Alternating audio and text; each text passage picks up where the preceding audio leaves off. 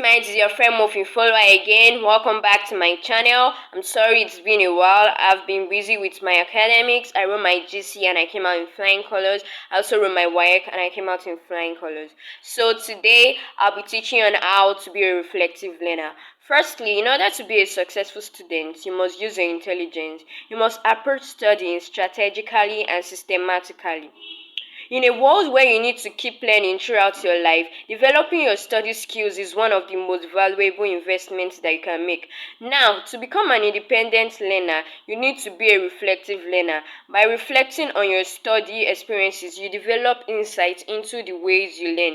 Then gradually, as your insights grows, you become able to take control of your studies. The process of learning through reflection on experience is illustrated in the figure.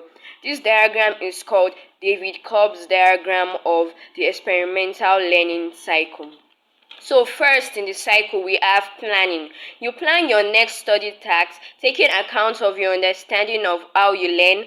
The next one is doing. You work on the study tasks in your plan. Then next you have reflecting. You look back over your study session. What did you achieve and what didn't work out? Then next we have conceptualizing. You think about the way you study, what seems to help you learn and what gets in the way.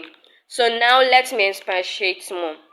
Number one, we have planning. You look ahead to the subject you want to read and then you set a deadline for completing it. You also think about what is going on in your life, the time available for studies and difficulties you have to circumnavigate. Then you think strategically about how to read the work by asking yourself questions like, which part of the subject presents the toughest challenge? Which parts are most important to complete? In what sequence will you tackle the various topics? What targets will you set yourself? How will you keep on learning well? How will you maintain your morale to read? Will you try out any new ways of doing things? Having thought about such questions, you then sketch out a plan or timetable that guides your time for reading and other social activities.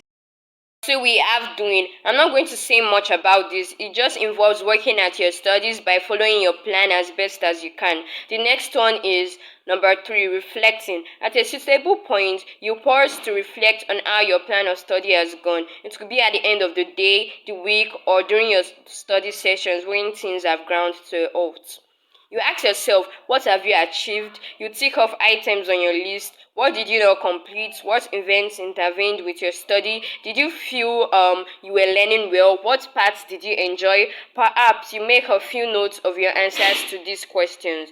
Number 4, conceptualizing. This involves trying to make sense of what you have observed. You consider what seems to help you learn, what seems to interfere with your learning, where did your plan work best, where did it go wrong, do you misjudge some of the subjects and time required, what changes in your approach to study might help you to learn better. So now number 5, continuing round the cycle. This brings you back to the planning process as you look ahead to the next set of subjects or topics. However, now, as a result of the reflective process, you have more insights than last time.